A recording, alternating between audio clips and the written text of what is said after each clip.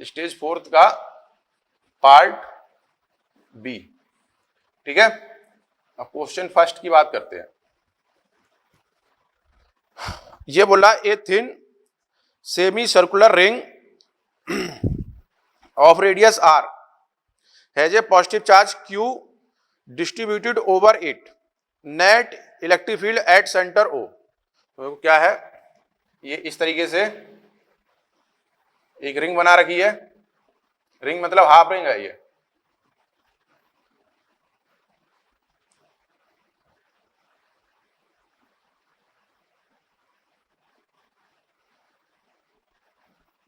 ठीक है, और इधर दे रखा है ये आई कैप और इधर दे रखा है जे कैप। तो ये तो कंफर्म है, इसकी वजह से इलेक्ट्रिक फील्ड तो इधर होगी।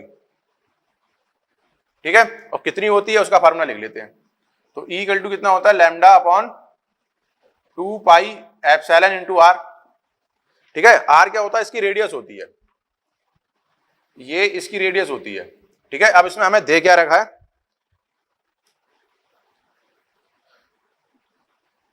और लैम्डा होता है चार्ज डेंसिटी, मगर यहाँ पे लैम्डा के फॉर्म में हमें आंसर नहीं लिखना है। तो लैम्डा को आप क्या लिख सकते हो, क्यू दे रखा है इस पे। तो इसकी अगर आप लेंथ लिखोगे तो लैम्डा कितना हो जाएगा, लैम्डा हो जाएगा क्यू बाई एल या क्यू अपॉन पाई आर। अगर पूरा सर्किल होता तो लेंथ कितनी होती, 2 पाई आर। पूरा सर्किल होता तो 2 पाई आर होती है, हाफ है तो कितना हो जाएगा, पाई आर। इसकी वैल्यू रख दो। तो E की वैल्यू जब आप इस Q की वैल्यू रखोगे तो यह आ जाएगा Q 2 pi square epsilon into R square. और ये बनेगा, अगर वेक्टर की फॉर्म लिखोगे तो डाउनवर्ड आ रहा तो माइनस जे हो जाएगा, E equal to Q 2 pi square epsilon into R square minus का जे। तो आंसर कौन सा हो जाएगा अपना, आंसर हो जाएगा थर्ड। आंसर आ जाएगा थर्ड। ठीक है, लिखो जरा आंसर कितना हो जाएगा, थर्ड। स्टेज फर्स्ट स्टेज 4 का क्वेश्चन नंबर है फर्स्ट। अब बात करते हैं क्वेश्चन नंबर 2 की।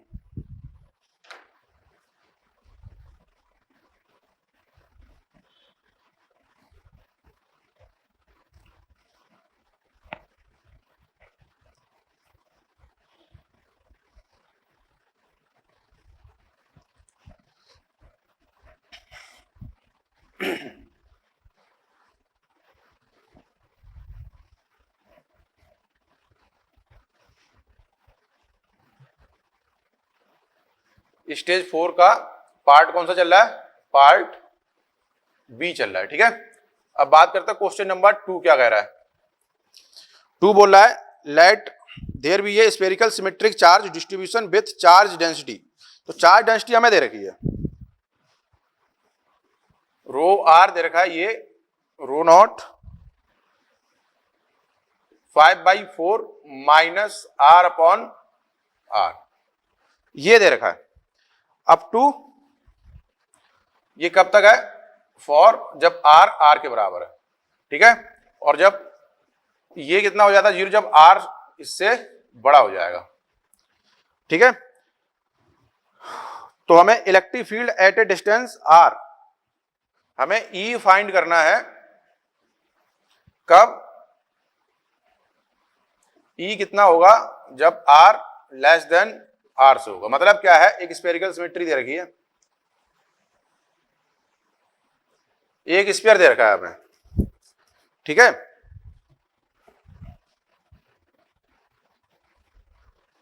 तो कैसे सॉल्व करेंगे इसे,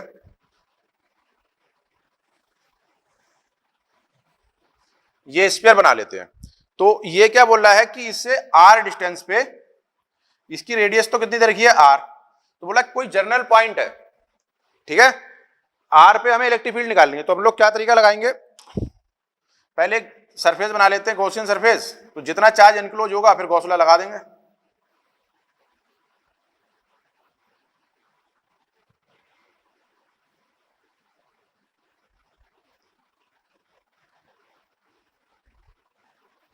अगर इसकी बात करें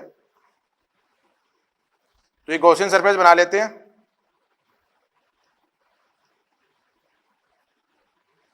आर डिस्टेंस पे। ठीक है, तो आप लोग पहले बात करते हैं कितना चार्ज इसमें क्लोज है। तो Q अगर आप लिखोगे तो DQ अगर लिखा जाएगा तो ये जो आएगा रो आर, यहां पे तो ये DQ होगा, तो इसकी वैल्यू कितनी हो जाएगी 4 pi R square into D R. इस वाले एलिमेंट के लिए लिख रहे हैं अपने लोग,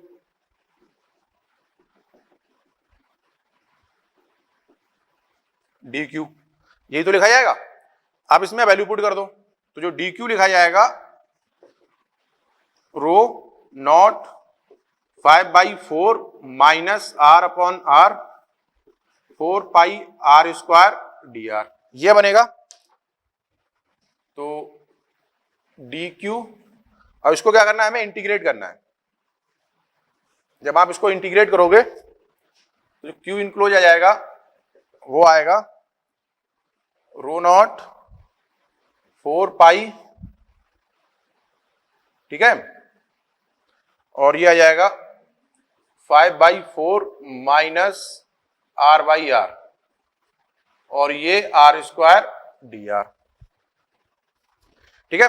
अब इसको इसमें मल्टीप्लाई कर दो तो Q की वैल्यू आ जाएगी अपने पास रो नॉट, ये पूरा इंटीग्रेशन का हो गया ये, तो ये बनेगा 5/4 R square minus R cube by R D R, और लिमिट कहां से कहां तक लेके चल रहे हैं, 0 से आर तक लेके चल रहे हैं, 0 से आर तक, जनरल पॉइंट तक कोई। तो अब इसको इंटीग्रेट कर दो, क्या आ जाएगा रो नॉट 4 पाई, तो ये बनेगा 5/4 R cube by 3 minus R की पावर 4 आर, ये बनेगा। अब एक काम करो, आर क्यूब बाई 4 को कॉमन ले लो, तो Q को अगर आप लिखोगे तो ये आ जाएगा rho naught 4 pi R cube into 4, ये कॉमन ले लेना, कैलकुलेशन बस देख लेना, ये आ जाएगा 5/3 माइनस आर अपॉन आर, ये बनेगा, ठीक है। अब ये कैंसिल हो जाएगा, तो Q की वैल्यू जो आ गई वो आ गई rho naught pi R cube 5/3 minus R upon R, ये आ गया हमारे पास। Q हमने निकाल लिया, मतलब जो इसमें चार्ज होगा वो कितना होगा, Q क्लोज होगा। अब गॉसियन लॉ लगा देते हैं या गॉस थ्योरम लगा देते हैं, वो कितना हो जाएगा बाई गॉस थ्योरम अगर आप लिखोगे तो ये आ जाएगा E dot D A Q enclose upon epsilon, तो लिखो जरा इसे E, ये कितना हो जाएगा 4 pi R square into Q enclosed हमने कितना लिखा rho naught pi R cube 5/3 minus R divide by capital R, ये बनेगा। अब इसको इससे डिवाइड कर दो, क्या होगा, E की जो वैल्यू आएगी rho naught pi R cube 4 pi R square 5/3 minus R upon R, तो ये कैंसिल हो जाएगा, पाई से पाई कैंसिल हो गया, और एक एप्सिलॉन भी तो चल रहा था, ये एप्सिलॉन चलेगा, इससे ये कैंसिल हो जाएगा, तो E की वैल्यू जो आएगी rho naught R epsilon 5/3 minus R upon R, electric field ही तो निकालनी है ना, ठीक है। 5/3 आर, एक जाएगा 4 भी तो बचा है ना, ये आ जाएगा, ये हमारे पास इलेक्ट्रिक फील्ड आ गई। चेक करो कौन सा ऑप्शन है, rho naught R 4 epsilon 5/3 minus R upon R, तो आंसर कौन सा हो जाएगा, ये सेकंड आंसर हो जाएगा। तो आंसर कौन सा आ जाएगा, ये सेकंड ऑप्शन कौन सा सही है, सेकंड सही है। अब बात करते हैं क्वेश्चन नंबर 3 की।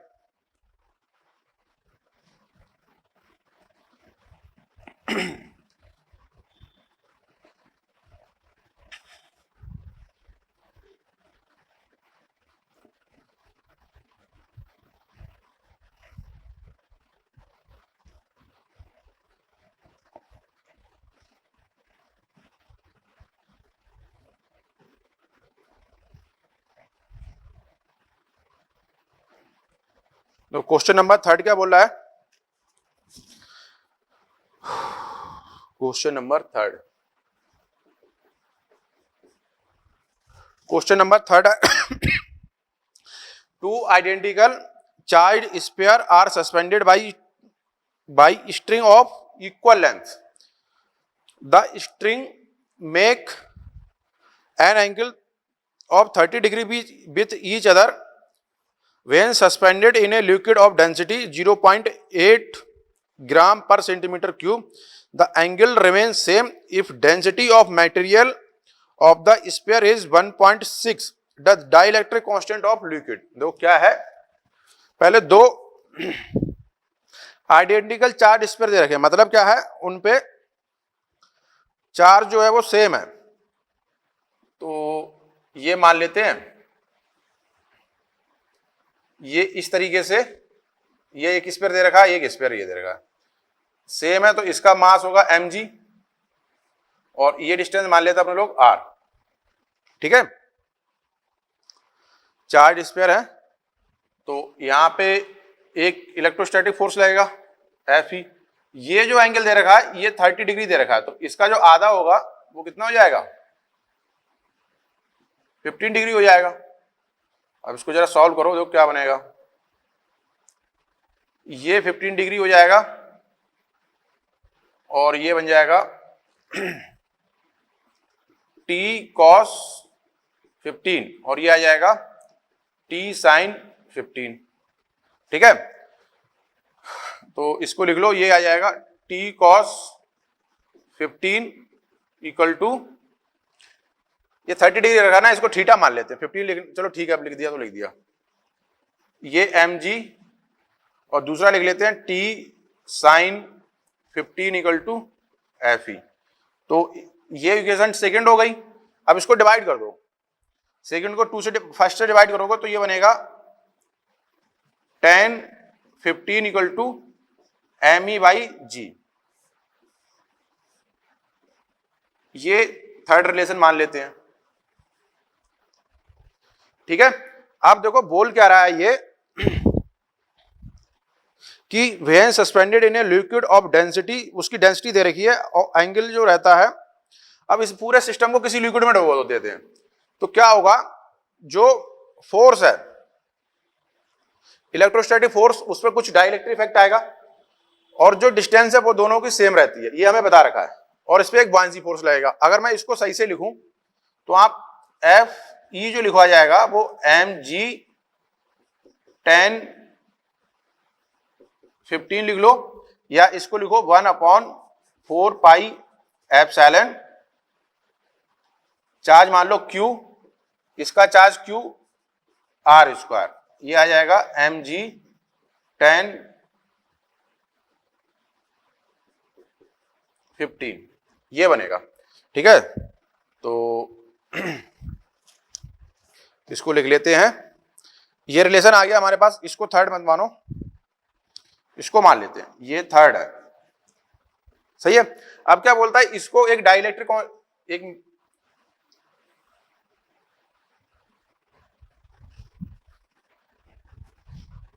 अब इस पूरे सिस्टम को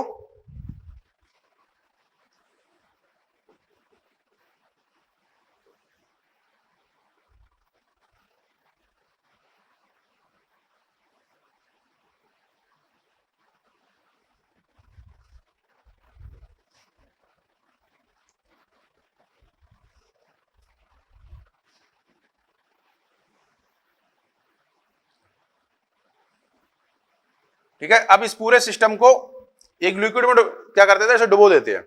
तो क्या होगा, अगर मान लो ये स्फीयर है तो एक बुयांसी फोर्स लगेगा इस पे B अपवर्ड, एक mg लगेगा, ये डिस्टेंस r है तो इस पे एक फोर्स लगेगा इलेक्ट्रोस्टैटिक इधर. ठीक है, उसको मैं मान लेता हूं Fe डैश, ये लगेगा. अब देखो इसको कैसे सॉल्व करेंगे. जो लिक्विड डेंसिटी दे रखी है, ये किसी लिक्विड में डुबो देते हैं इस तरीके से, तो जो ρl दे रखा है हमें, डेंसिटी ऑफ लिक्विड, ये कितना दे रखा है हमें, 0.8 ग्राम पर सेंटीमीटर क्यूब। और जो इसकी डेंसिटी दे रखी है रो एस, स्फीयर की जो दे रखी है वो दे रखी है 1.6 ग्राम पर सेंटीमीटर क्यूब। तो देखो अब इसको सॉल्व करते हैं, होगा क्या।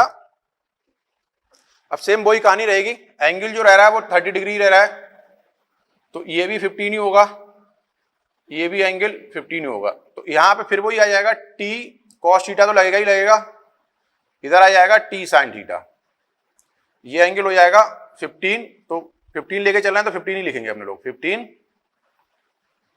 यहां पे 15। ठीक है, तो पहली इक्वेशन लिखते हैं। पहली इक्वेशन अगर आप लिखोगे तो लिखा जाएगा टी साइन 15 इक्वल टू क्या आ जाएगा, एफ ई डैश। और एफ ई डैश है इसका डाइलेक्ट्रिक कांस्टेंट अपने लोग मान लेते हैं कितना, के मान लेते हैं। डाइलेक्ट्रिक कांस्टेंट कितना माना के। तो जो पहले एफ ई लग रहा था उसका कितना हो जाएगा, ये T sine 15 F E by K, ये बनेगा एक रिलेशन।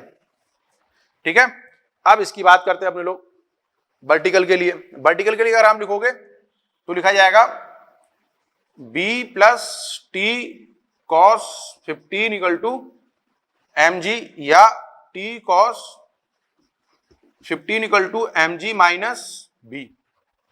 b क्या है, बुआंसी फोर्स है। तो अब जब आप इसको लिखोगे तो t कॉस 15, ये इक्वेशन मान लो 4।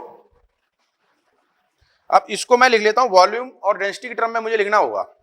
ठीक है, तो अगर मैं इसका वॉल्यूम मान लेता हूं, ठीक है, वॉल्यूम ऑफ स्फीयर B, ठीक है, तो B को आप क्या ले सकते हो, m बाई रो इंटू, ये रो एस क्या है, डेंसिटी ऑफ स्फीयर है। तो इसको लिखो भाई, क्या बनेगा ये mg को लिखो b रो s इंटू जी, माइनस इसको लिखोगे b row liquid into ji,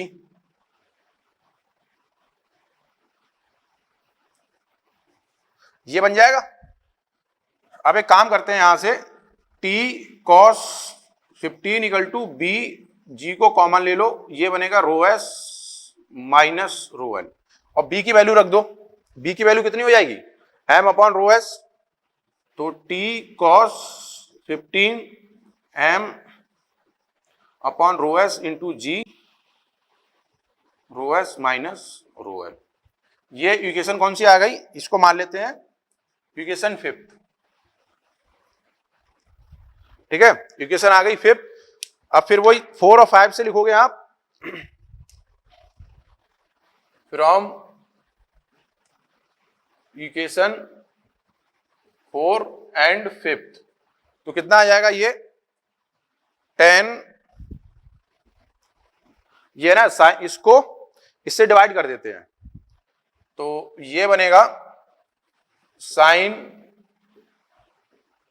15 divide by cos 15 degree equal to, ये जो हो जाएगा एफ ई बाई के आ जाएगा, इंटू ये बनेगा M G by rho S minus rho L. तो ये कितना बन जाएगा 10 15 F E by K divide by M G rho S minus rho L into rho S, ये बन गया। ये इक्वेशन मान लेते हैं अपने लोग 3rd 4th, इसको मान लेते हैं 6। अब जब आप इसको सॉल्व करोगे, ये वाला रिलेशन ले लो और ये रिलेशन ले लो, तो यहां से हमें क्या निकालना है, डाइलेक्ट्रिक कांस्टेंट निकालना है, और सब हमें दे रखा है। तो यहां से लिखा जाएगा F E by M G equal to F E by K rho S M G rho S minus rho L. ये हमने कहा लिखा है, फ्रॉम इक्वेशन 5 नहीं है, ये इसको 3rd माना था ना,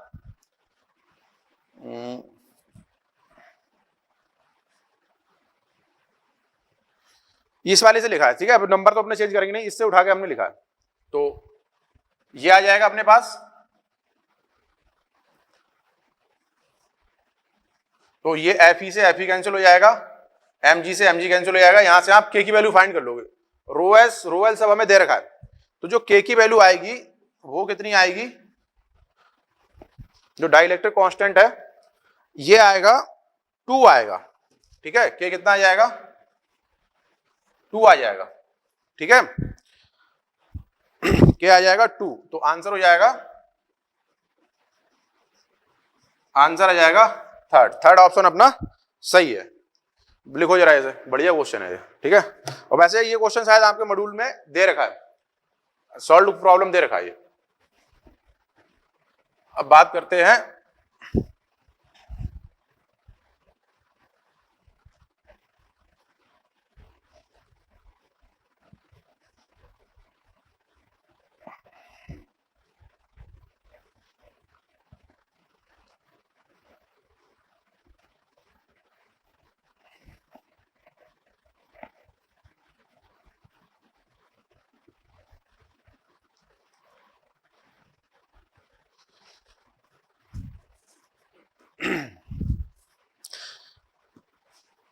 अब बात करते हैं अपने लोग क्वेश्चन नंबर 4।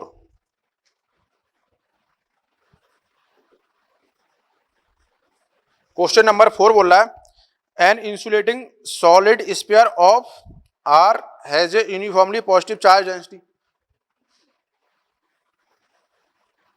ये क्या है, हमारे पास इंसुलेटिंग स्फीयर है। ठीक है, और इसकी डेंसिटी दे रखी है हमें रो, और ये दे रखा है radius R. As a result of this uniform charge distribution, there is a finite value of electric potential at center of sphere and also a point outside the sphere. The electric potential at infinite, मतलब क्या है, ये एक non conducting sphere दे रखा है। ठीक है, और इसकी वजह से हमें इलेक्ट्रिक फील्ड लिखनी है किसी पॉइंट पे। अब ये इसमें दो स्टेटमेंट दे रखे हैं। ये बोला when a charge Q is taken from the center to sphere, its potential energy change by। तो देखो इसका फार्मूला होता है अगर आप डेंसिटी की फॉर्म में लिखोगे, वो मतलब चार्ज डेंसिटी जो दे रखी है, वो कितना फार्मूला होता है इसका, ये आता है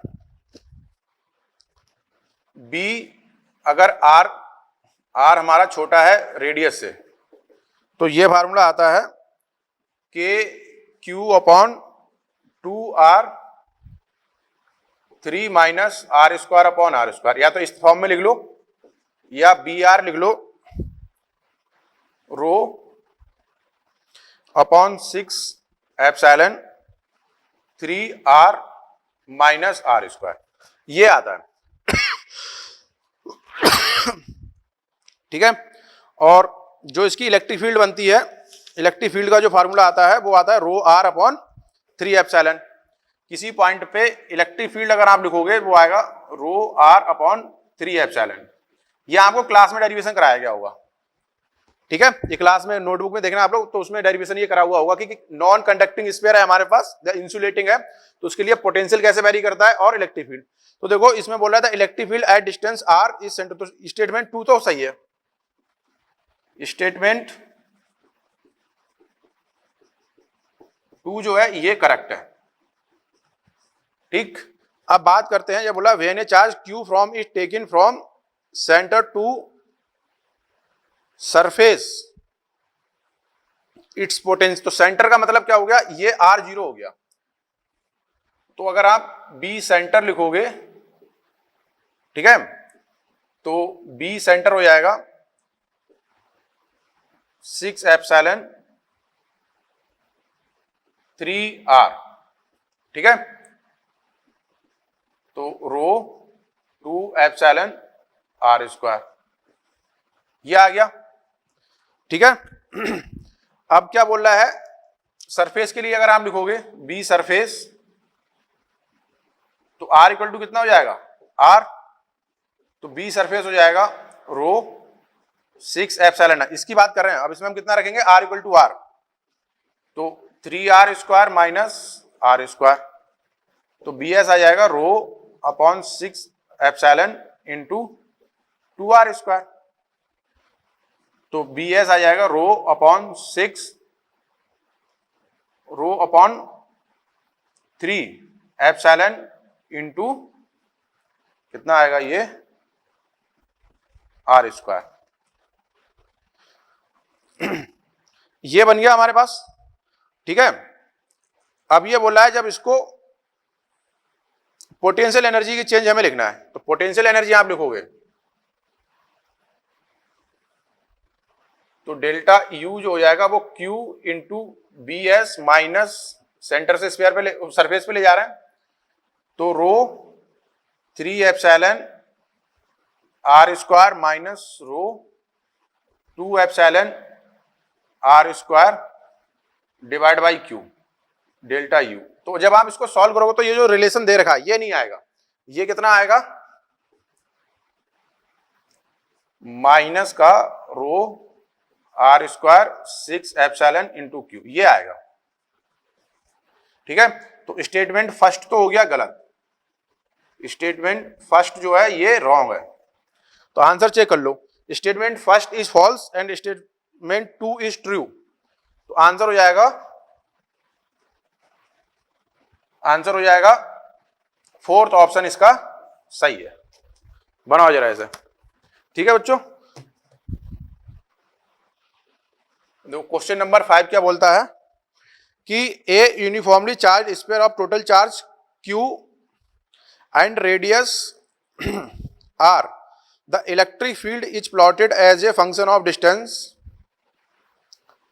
from the centre the graph. तो ये तो क्वेश्चन तो सिंपल सा है, ये एक स्फीयर दे रखा है,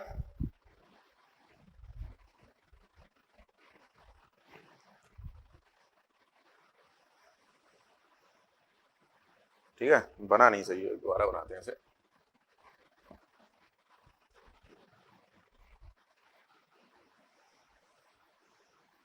ये स्फीयर दे रखा है, तो यहां से यहां तक की ये रेडियस मान लेते हैं हम लोग कैपिटल आर। तो क्या होता है जब इस वाले पॉइंट से इस वाले पॉइंट तक आते हैं तो इलेक्ट्रिक फील्ड क्या होती है, बढ़ती है, ठीक है।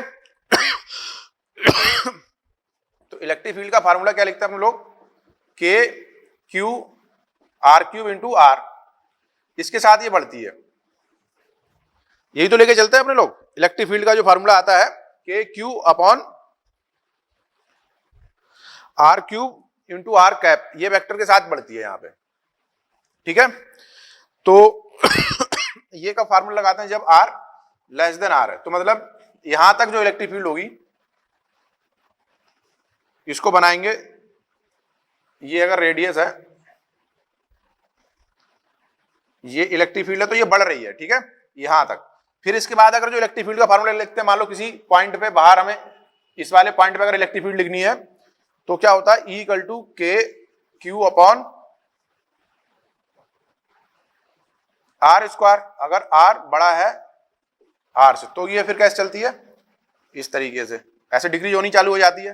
तो चेक कर लो ऑप्शन कौन सा सही है अपना, आंसर है फोर्थ, ठीक है, आंसर आ जाएगा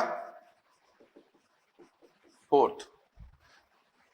अब बात करते हैं क्वेश्चन नंबर 6 की। तो क्वेश्चन नंबर 6 क्या बोल रहा है, ये बोला two charge each of equal to Q, दो चार्ज दे रखे हैं जिसका जो चार्ज है वो दे रखा है क्यू, एक को रखा गया x इक्वल टू माइनस ए पे और दूसरे को रखा गया x इक्वल टू ए पे, ठीक है। ये particle of mass m charge q equal to q not equal to q by 2 is place at origin if charge q not is given a small displacement by less than a along the y-axis the net force acting on the particle। जो क्या है ये दे रखा है हमें, ये बना लेते हैं, एक चार्ज ये है, ये ओरिजिन मान लेते हैं, तो ये हो गया x इक्वल टू माइनस ए और ये हो गया x इक्वल टू ए, ठीक है। यहां पे रखा है इन्होंने q चार्ज, यहां रखा है q चार्ज, ठीक है। Two charge each of equal to Q are kept, ये पार्टिकल ऑफ मास m। तो एक पार्टिकल है, पहले यहां पे था, इसको थोड़ा सा डिस्प्लेस करा है, ठीक है, ये अपने लोगों को बता रखा है कि जो बाई है, जो डिस्प्लेसमेंट है वो बहुत छोटा है ए से। तो ये कितना दे रखा है क्यू नॉट और क्यू नॉट की वैल्यू दे रखी है क्यू बाई 2। तो क्या होगा देखो, एक फोर्स तो लगेगा ये ऐसे, और यहां से ये फोर्स लगेगा, ये मान लेते हैं, ये फर्स्ट चार्ज मान लेते हैं, ए मान लो, ये मान लो बी, तो ये एफ ए होगा और ये एफ बी होगा। तो क्या होगा, अगर मान लो ये एंगल जो है ये थीटा है, ठीक है, ये एंगल अगर थीटा है तो ये भी थीटा ही होगा। ये एंगल कितना हो जाएगा 90 माइनस थीटा, तो ये एंगल जो आएगा ये भी कितना हो जाएगा 90 माइनस थीटा हो जाएगा। तो क्या होगा, इधर जो कंपोनेंट आएंगे हॉरिजॉन्टल वाले कंपोनेंट वो तो कैंसिल हो जाएंगे, F equal to F B होगा। इधर जो कंपोनेंट आएंगे ये आएगा F B sine theta plus F A sine theta, ठीक है। तो जो नेट फोर्स होगा इस पे एफ नेट लिखोगे वो आएगा, मास दे रखा है कितना mg दे रखा है, मास mg इधर एक्ट ऐसे करेगा, तो F A sine theta plus F V sine theta minus का mg, ठीक है। तो अब इसको सॉल्व कर लेते हैं। तो ये F A equal to F B होगा, तो 2 FA साइन थीटा माइनस का mg। अब देखो होगा क्या, जो ये बाई दे रखा है इसका मतलब है जो एंगल है ये कितना है, बहुत छोटा है, ठीक है। तो इसका मतलब है थीटा जो होगा वो बहुत स्मॉल होगा, और थीटा अगर स्मॉल होगा तो साइन थीटा किसके बराबर होता है, tan थीटा के, और ये किसके बराबर हो जाएगा थीटा के, और इसको लिखेंगे अपने लोग क्या, tan थीटा जो आप लिखोगे ये लिखा जाएगा बाई ए, ये लिख सकते हैं। तो अब इसको लिख लो, देखो क्या आएगा, ये आएगा 2k क्यू नॉट, ठीक है।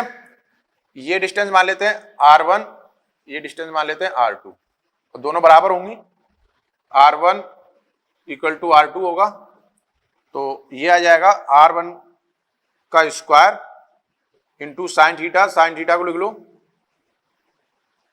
माइनस mg, तो ये लिखा जाएगा 2k क्यू नॉट, और साइन थीटा लिख लो by L by A divide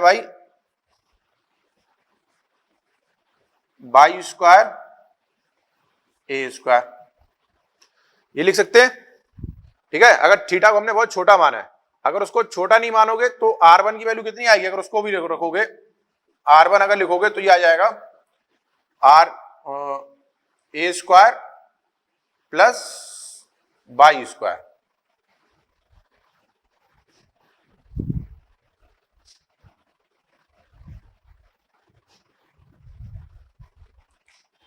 r1 equal to r2, ये आ जाएगा ए स्क्वायर प्लस बाई है ना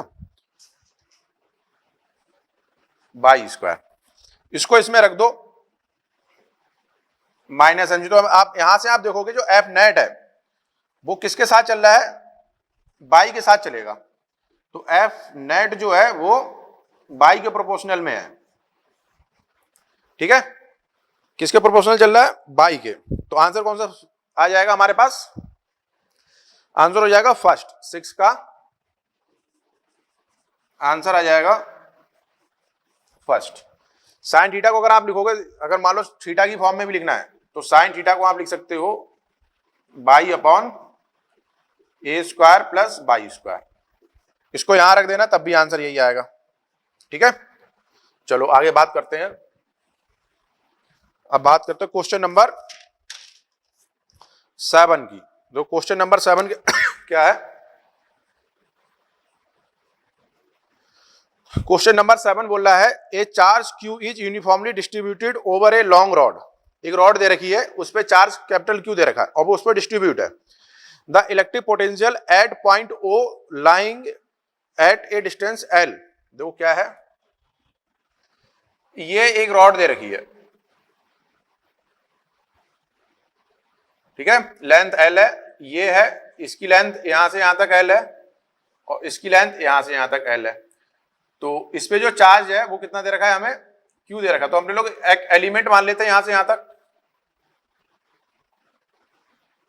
तो ये डी क्यू आ गया और ये कितना हो जाएगा, Q by L into D x, ठीक है। अब पोटेंशियल लिख लेते हैं अपने लोग, सिंपल सा। तो जो पोटेंशियल लिखोगे, ये चार्ज हमें कितना दे रखा है, कोई चार्ज दे रखा है, ये charge Q uniform over a long rod, the electric potential at point O lying at a distance L. तो पोटेंशियल लिख लेते हैं अपने लोग। तो जो बी लिखा जाएगा वो कितना लिखा जाएगा,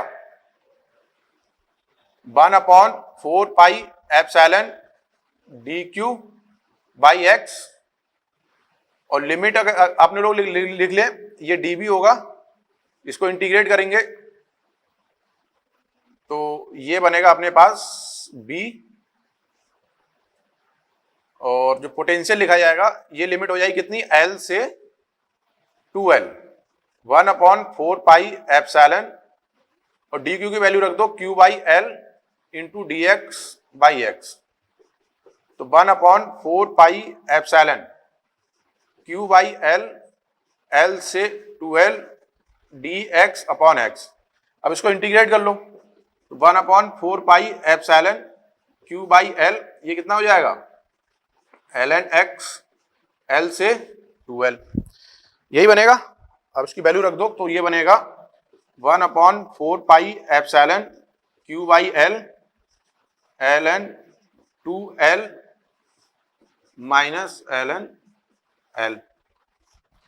तो ये बनेगा 1/4 pi epsilon Q by L, 2L into L ऐसे आ जाएगा, यहाँ पे ये कैंसिल हो गया, ln2 आएगा। तो आंसर कौन सा हो गया अपने पास, 1/4 pi epsilon Q by L ln2, ये आएगा। तो आंसर कौन सा हो जाएगा, फोर्थ।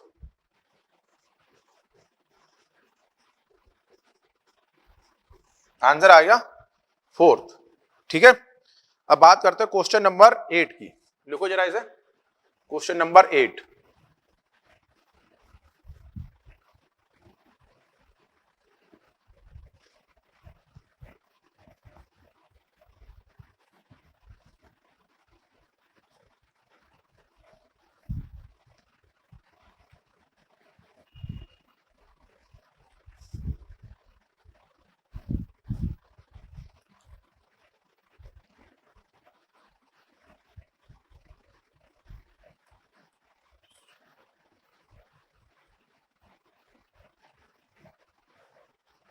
क्वेश्चन नंबर 8 क्या बोल रहा है,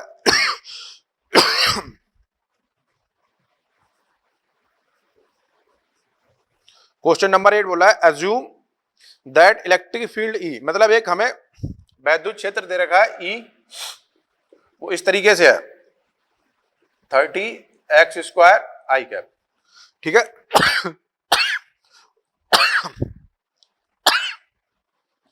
exist in space, then the potential difference BA minus BO, where BO is the potential at origin। तो क्या है, ये 2 पॉइंट दे रखे हैं, ये तो ओरिजिन दे रखा है, ठीक है, और इसका जो पोटेंशियल दे रखा है ये B0 बोल रखा है, ये बोल रखा है BA, ये पॉइंट है, और ये कितना दूर है, यहां से x = 2 मीटर है, ठीक है। तो इसका पॉइंट लिख लेते हैं 2,0 या 2 लिख लेते हैं, x = कितना है, ये 2, ठीक। अब हमें क्या लिखना है, पोटेंशियल लिखना है। तो देखो क्या लिखते हैं, E = क्या होता है, माइनस का dV अपॉन dx, तो माइनस dV = आप क्या लिखोगे, E डॉट dx, या dV = इंटीग्रेशन आप लिखोगे E डॉट dx, माइनस इधर आ जाएगा, ठीक है। अब देखो करना कैसे है इसको, यहां का पोटेंशियल जब V0 है, ठीक है, तो और x कितना होगा 0, तो पहले लिमिट रखते हैं यहाँ पे, या ऐसे लिखो dv पहले वैल्यू रख देते हैं माइनस फिर लिमिट रखते हैं 30x² dx, मतलब इलेक्ट्रिक फील्ड कैसे है, इस तरफ है, ठीक है, ये इलेक्ट्रिक फील्ड है। तो अब लिमिट देखो, लिमिट कैसे रखेंगे, मेन लिमिट है इसमें, जब 0 है, x = 0 है तो पोटेंशियल कितना है b0, ठीक है, जब x = 2 है तो ये पोटेंशियल कितना हो गया ba। जब आप इसको इंटीग्रेट करोगे तो क्या बनेगा, ये तो आ जाएगा ba माइनस b0 माइनस का 30x³ 0 से 2, तो ba माइनस b0 माइनस का 10x³ 0 से, ये बनेगा। अब इसमें वैल्यू पुट कर दो, ba माइनस b0 माइनस का 10�³ माइनस 0 हो जाएगा ये, तो ba माइनस b कितना आ जाएगा, माइनस का 18, पोटेंशियल है जूल नहीं है, ठीक है, तो कितना आ जाएगा माइनस का 18 वोल्ट। यही पूछा इसने, ba माइनस b0, तो आंसर कौन सा हो जाएगा, फर्स्ट, आंसर आ जाएगा फर्स्ट, ठीक है। अब बात करते हैं question number question number 9। Question number 9 देखो क्या है,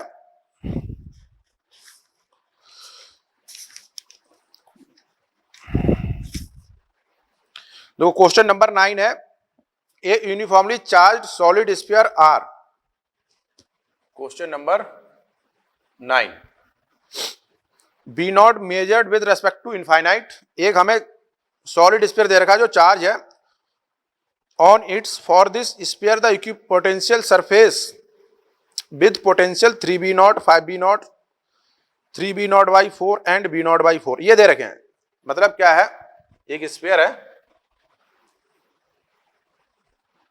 और इसकी रेडियस हमें दे रखी है r, ठीक है, तो अगर मैं किसी जनरल पॉइंट ऑफ इसकी वो लिखूं पोटेंशियल, तो ये कितना होता है, b = bs/2 3 minus r² minus r², यही फार्मूला होता है, b = bs/2 3 माइनस r²/2। अब bs की वैल्यू अगर मैं लिखूं तो ये होता है kq × r 3 माइनस r²/r, ये अपने लोग इस पे चार्ज मान लेते कितना q है, ठीक है।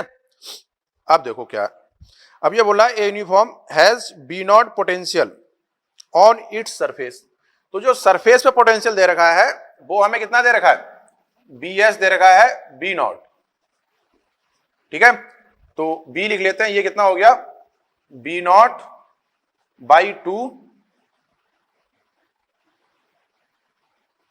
3 माइनस r²/r², ये लिख सकते हैं अपने लोग, ठीक है। तो अब चेक करते हैं, तो ये बोला for this sphere the equipotential surface with respect to 3b0, हमें तीन कितने पोटेंशियल दे रखे हैं, 3b0/2 5b0/4 3b0/4 और b0/4, तो इसके अकॉर्डिंग जो रेडियस दे रखी है ये r1 है, इसके करस्पॉन्डिंग इसके ये दे रखी है r2, ये दे रखी है r3 और इसके लिए बोल रखा है r4, ठीक है। तो अब हमें r1 r2 r3 में रिलेशन निकालना है, तो रखते चले जाओ इसको, जो आंसर आएगा आ जाएगा, ठीक है। तो देखो कैसे सॉल्व करेंगे इसे, पहले वाले के लिए बात करते हैं, r1 के लिए। अगर r1 में सॉल्व करूंगा तो सेंटर पे तो है ही, तो r कितना हो जाएगा 0 हो जाएगा, तो इसे लिखो 3b0/2 = b0/2 3 माइनस r²/r², तो देखो ये कैंसिल हो जाएगा, ये इससे कैंसिल हो जाएगा, ये बचेगा 3 माइनस r²/r², तो जो r है वो कितना रखना है, हमें r1 रखना है यहाँ पे, तो ये तो कितना हो जाएगा 0 माइनस r1² × r, तो r1 कितना आ गया जीरो। R1 कितना आ गया हमारा 0। चलो अब R2 की बात करते हैं। R2 के लिए अगर लिखोगे तो B कितना दे रखा है हमें, B इक्वल टू है, पहले तो फार्मूला लिख लेते हैं, B not by 2 3 minus R square into R square. ठीक है, अब रखो ये कितना बोल रहा है 5 B नॉट बाई 4, ये B नॉट बाई 2 आ गया 3 माइनस R2 का स्क्वायर, ये R स्क्वायर आ गया। ठीक है, तो कैसे सॉल्व करेंगे, ये कैंसिल हो जाएगा, ये इससे कैंसिल हो जाएगा, तो ये बचेगा 5/2 equal to 3 R2 square into R square. इसको इधर ले जाओ तो 3 minus 5/2 R2 square into R, ये बचेगा। ठीक है, तो यहां से ही हो जाएगा 1/2 R स्क्वायर R2 स्क्वायर। तो R2 स्क्वायर की जो वैल्यू आ जाएगी वो R/√2 आ जाएगी। ठीक है, ऐसे R2 आ गया हमारे पास, ऐसे आप R3 फाइंड कर लेना। फॉर R3 लिख लो, R3 की अगर आप वैल्यू लिखोगे तो ये आ जाएगा, अब सीधे लिख लेते हैं हम लोग 3B not by 4 B not by 2 3 minus R3 upon R square. ठीक है, अभी मैं इक्वेशन लिख देता हूं, आप सॉल्व कर लेना। ये इक्वेशन थर्ड मान लेते हैं।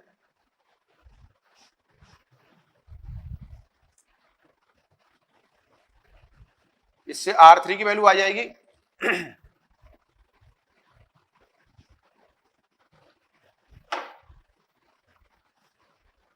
ठीक है, तो ये बनेगा 3/2 3B नॉट बाई 4 है,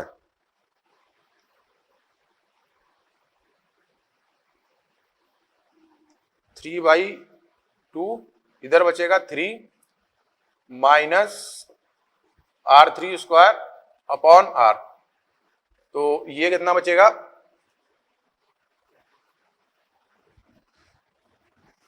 इसको सॉल्व कर लो, इसको इधर ले आओ तो ये बचेगा, इसको इधर लाओगे तो 3/2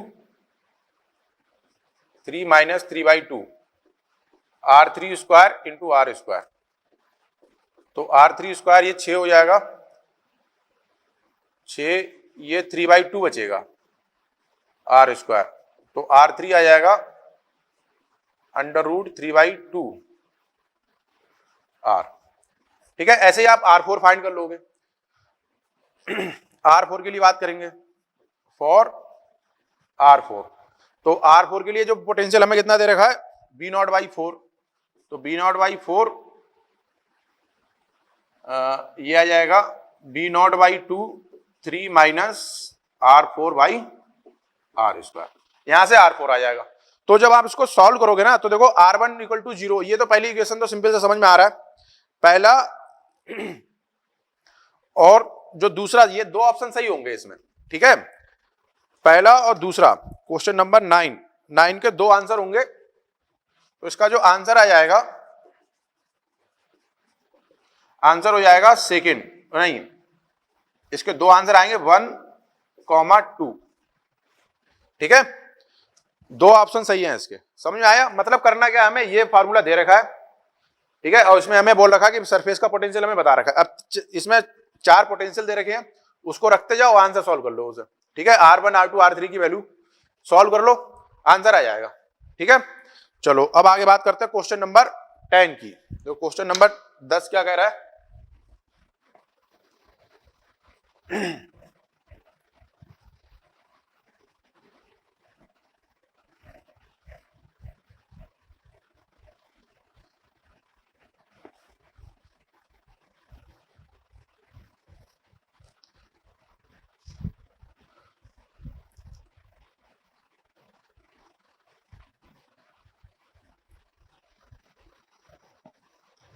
जो क्वेश्चन नंबर 10, ये बोला a long cylindrical shell carries positive charge plus Q in upper half and negative minus sigma in lower half, the electric field lines around the cylinder will look like figure. तो क्या एक cylindrical surface हमें दे रखा है और उसमें charge दे रखा है इस तरीके से, तो ये प्लस है आधे पे और इधर आधे पे माइनस दे रखा है, ठीक है। तो क्या हुआ, यहां से इलेक्ट्रिक फील्ड लाइन ऐसे निकलेंगी, यहां पे ऐसे आ जाएंगी, क्यों क्लोज लूप में हो सकती है यहां से यहां तक ये, ठीक है। तो यही अपना आंसर हो जाएगा। ये आंसर कौन सा है, पॉजिटिव से निकल के इधर आएंगे नेगेटिव पे, तो आंसर हो जाएगा, आंसर है इसमें थर्ड, ठीक है। अब बात करते हैं क्वेश्चन नंबर 11 की।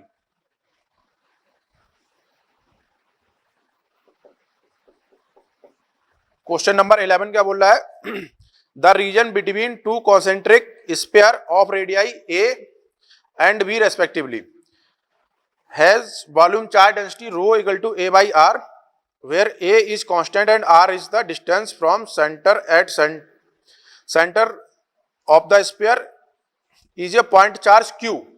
एक चार्ज दे रखा है Q, the value of A such that electric field in the region between sphere will be constant. तो क्या है,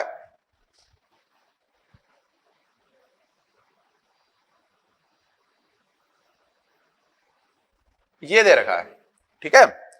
तो इसको क्या करते हैं, यहां पे क्यू चार्ज दे रखा है और इसके बाद ये जो इसकी रेडियस दे रखी है, ये दे रखी है ए और ये दे रखी है बी, ठीक है। और इसके ये जो बाहर इसमें जो डेंसिटी है रो, वो कितना दे रखा है, ए बाई आर। तो ये बोला जो इलेक्ट्रिक फील्ड चेंज होगी आर के साथ में वो कांस्टेंट होनी चाहिए, तो ए की वैल्यू हमें बतानी है। तो इसके लिए कैसे करते हैं हम लोग, गॉस थ्योरम सॉल्व करेंगे इसे। ये मान लेते हैं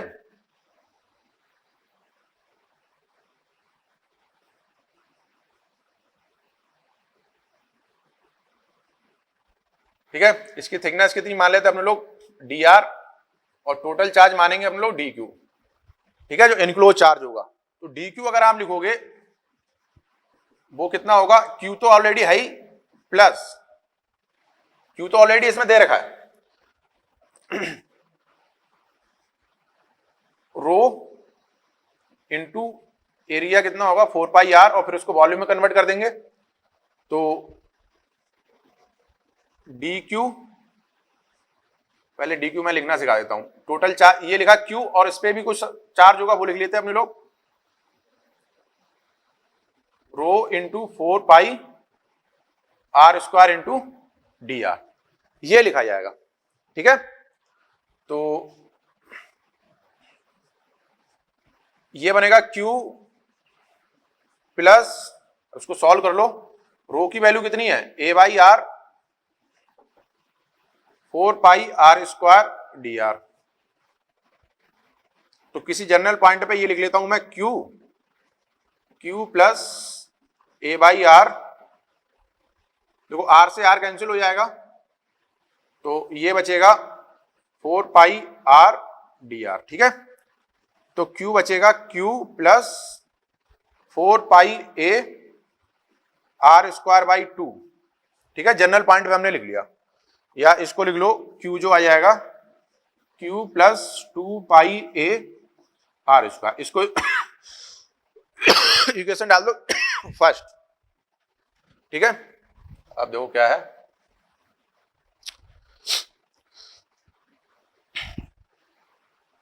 कांस्टेंट। अब हमें इलेक्ट्रिक फील्ड लिखनी है, तो इलेक्ट्रिक फील्ड लिख लेते हैं, किसी E dot D S equal to Q in upon epsilon, तो ये तो ई हो जाएगा, ये 4 पाई आर स्क्वायर हो जाएगा, और Q plus 2 pi A R square upon epsilon आ जाएगा। तो ई बचेगा Q plus 2 pi A R square upon epsilon into 4 pi R square. ठीक है, नहीं रुको जरा एक मिनट, ये देखो, ये देखो एक मिनट रुको जरा, इसमें एक मिस्टेक हो गई है, क्योंकि इसमें टोटल सरफेस में नहीं है ना चार्ज, एक रेडियस दे रखी है। तो इसको अपने लोग सही करते हैं, यहां से सही करते हैं। तो क्या होगा इसमें, ये जो लिमिट आएगी ये ए से आर तक आएगी ना, एक जनरल पॉइंट ले लेते हैं आर तक। ठीक है, तो ये लिमिट कहां से बनेगी, ए से आर। तो Q इक्वल टू बनेगा Q प्लस ए 4 पाई, ऐसे कॉमन ले लो, आर से D R A into R. तो Q बनेगा Q plus 4 pi A R square by 2 A से आर। तो Q लिख लो, Q आ जाएगा Q plus 4 pi A R square minus A square, और 2 यहां लिख दो, 2 से 2 कैंसिल हो, ये हो जाएगा, ये आ जाएगा। तो Q जो टोटल चार्ज इनक्लोज आ गया वो 2 pi A R square minus A square. ठीक है, ये बना हमारे पास। अब इसमें इलेक्ट्रिक फील्ड का फार्मूला लगा देते हैं गॉसियन थ्योरम से, बाई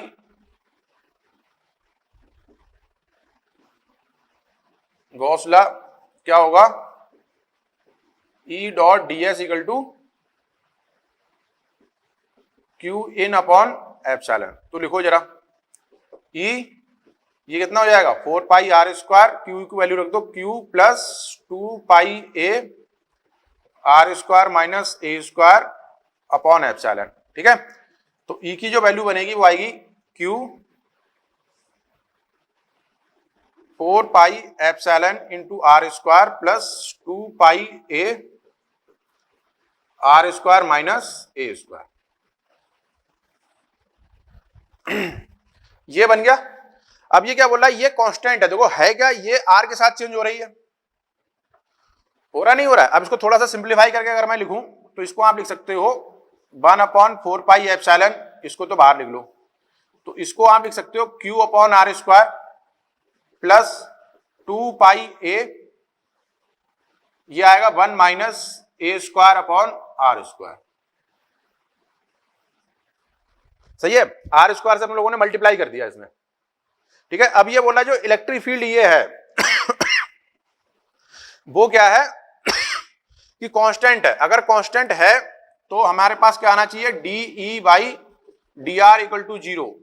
इसका मतलब है कि ई जो है वो क्या है, कांस्टेंट है। अब इसको डिफरेंशिएट कर दो, तो इसको जब डिफरेंशिएट करोगे D E by D are अगर आप लिखोगे तो देखो क्या आएगा, ये तो आ जाएगा 1 upon 4 pi epsilon Q by minus का क्यू बाई आर आ जाएगा प्लस 2 पाई ये ऐसे ही रहेगा, यहां आ जाएगा माइनस ए स्क्वायर, और यहां पे आर आ जाएगा, ये हो जाएगा प्लस, ये बनेगा। ठीक है, ये आ गया। अब इसको 0 पुट कर दो, इसको हमें क्या रखना है, 0 पुट करना है। तो जब इसको 0 पुट करोगे तो माइनस क्यू प्लस 2 पाई ए स्क्वायर बनेगा, ए की वैल्यू आ जाएगी क्यू अपॉन 2 पाई ए स्क्वायर। ये आंसर हो जाएगा, आंसर हो जाएगा थर्ड। सही है, आया समझ में? तो ये आंसर आएगा अपना, आंसर हो जाएगा थर्ड। ये ध्यान रखना, पहले मैं लिख रहा था तो इसमें ये यहाँ पे ये एम्प्टी है, टोटल चार्ज नहीं है यहाँ पे, ये सिर्फ इस पे है, तो ये एम्प्टी। तो अपने लोग इंटीग्रेशन कहां से करेंगे, ए से आर तक, ए से आर तक। ठीक है, अपने लोगों ने जो पहली स्टेप लिखी थी वो थोड़ी गलत हो गई थी, तो अब सही है ये। ठीक है, क्योंकि अगर ये टोटल चार्ज इसमें फिल होता तो अपने लोग 0 से आर लेते, मगर यहाँ पे ये खाली है, इसके बाद स्फेरिकल सेल स्टार्ट है ए के बाद। ठीक है, चलो अब आगे बात करते हैं अपने लोग क्वेश्चन नंबर 12 की। क्वेश्चन नंबर 12 क्या बोल रहा है,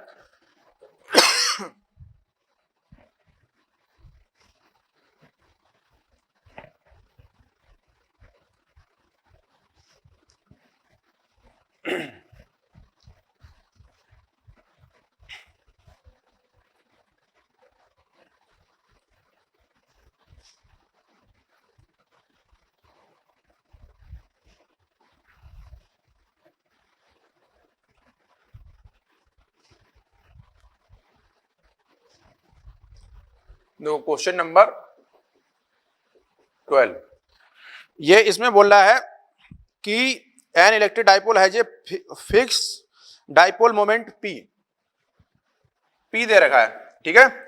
तो टॉर्क जो पहले दे रखा है वो क्या होता है, P क्रॉस E होगा। तो टॉर्क इक्वल टू हो जाएगा PE साइन थीटा, ठीक है। अब ये क्या बोल रहा है कि when subjected to another electric field E2, तो देखो पहले जो इलेक्ट्रिक फील्ड हमें दे रखी है वो कितनी दे रखी है, I दे रखी है, ठीक है। तो अगर यहां से आप सॉल्व करोगे तो टाउ हमें दे रखा है K डायरेक्शन में, ठीक है।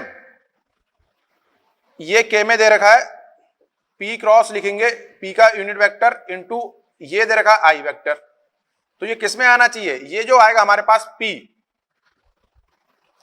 ठीक है, ये K में आना चाहिए। हमें बोल रखा है टाउ जो है वो K में है, तो P किस में होगा, बाई एक्सिस में होगा, ठीक है। तो I क्रॉस J कितना होता है K, और हमें लाना है प्लस का K, तो यहां पे कितना आएगा, माइनस J आएगा, ठीक है। मतलब अगर मैं माइनस J क्रॉस I लिखूं, यही तो रूल लेके चलते हैं अपने लोग, I J K, ठीक है। I को J से मल्टीप्लाई करता है तो K आता है, और K को मल्टीप्लाई करेंगे तो कितना आता है, K I equal to J आएगा। मगर हमें चलना कैसे, अब इधर से चलना है, तो कितना आएगा, माइनस आएगा। तो हमें ये तो समझ में आ गया जो इलेक्ट्रिक फील्ड है वो जो मतलब डाइपोल मोमेंट है वो किसमें, J डायरेक्शन में है, ठीक है। अब हमें दे क्या रखा है, जो टॉर्क है T2 equal to minus T1 दे रखा है। तो अगर पहले वाले से ये बना रहा है E2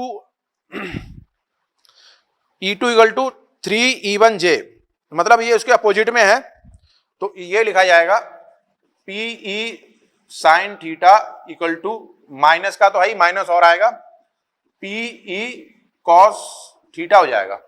एक से अगर थीटा तो दूसरे से 90 माइनस थीटा हो जाएगा। तो ये हो जाएगा PE साइन थीटा, ये E1 ये E2, ठीक है। तो इसकी वैल्यू रख दो √3 PE1 कॉस थीटा, ठीक है। ये कैंसिल हो जाएगा, ये इधर E1 है, तो ये tan theta equal to √3, theta equal to आ गया 60 डिग्री, ठीक है। आया समझ में, चलो आगे बढ़ते हैं।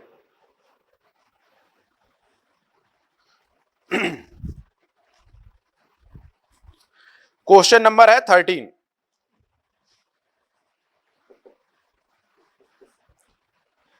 देखो इसमें क्लियर है, अगर एक से ये थीटा बनाएगा और दूसरे वाले में इलेक्ट्रिक फील्ड जो बना रहे हैं उससे क्या बनाएगा, ये 90 माइनस थीटा बनाएगा, ठीक है।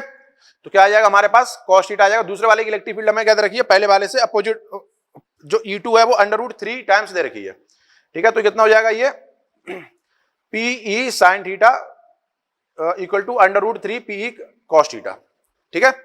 आगे बात करते हैं अपने लोग क्वेश्चन नंबर 12, ठीक है, नहीं क्वेश्चन नंबर 13 है। ये बोला 3 concentric metal shell ABC of respectively radii A,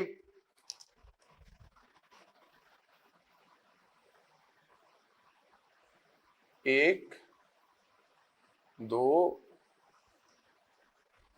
ये 3 दे रखे हैं, A B और C, ये इस तरीके से हमें दे रखा है, ठीक है। तो और क्या दे रखा है, इस पे जो डेंसिटी है सिग्मा माइनस सिग्मा और ये sigma,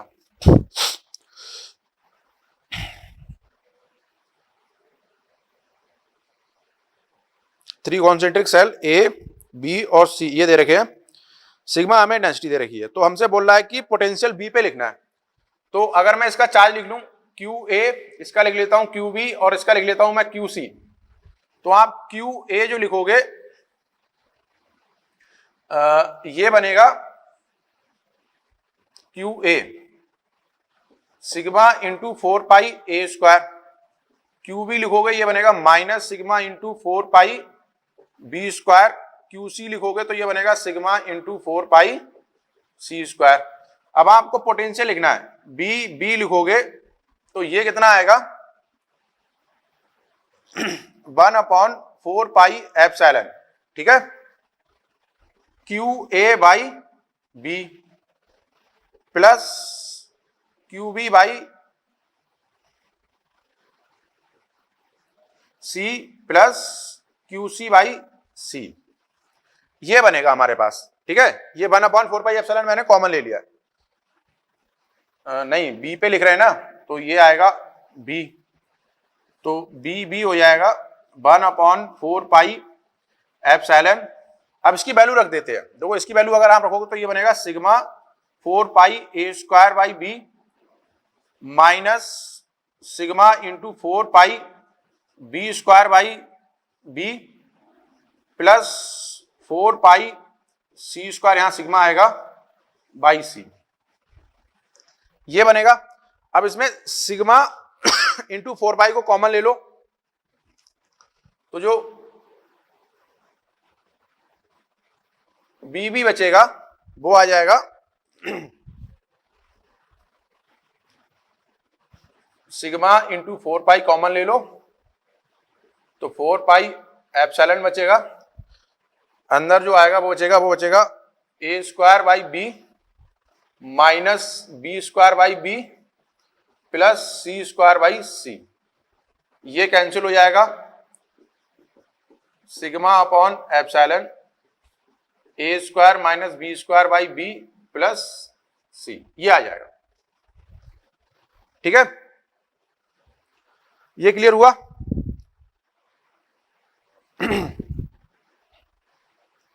A² minus B², answer कौन सा हो जाएगा?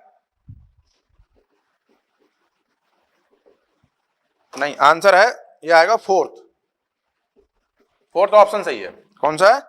Sigma upon epsilon A² minus B² plus C, ठीक है। अब आगे बढ़ते हैं अपने लोग, अब आते हैं क्वेश्चन नंबर 14 पे। तो क्वेश्चन नंबर 14 क्या बोल रहा है?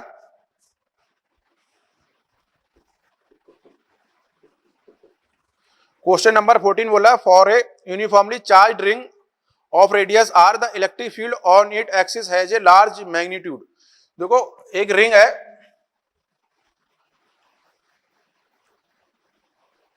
ठीक है, और डिस्टेंस हमें h दे रखी है यहां से।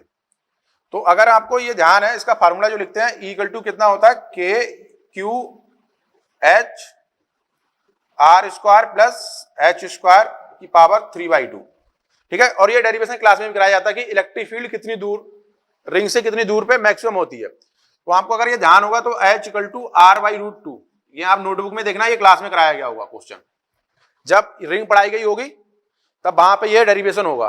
तो आपको बताया गया होगा जब H या X, यहाँ पे लिखा होगा X इक्वल टू R/√2 पे मैक्सिमम इलेक्ट्रिक फील्ड होती है, और ये ग्राफ बनाया गया होगा इस तरीके से आपको क्लास में, इस तरीके से,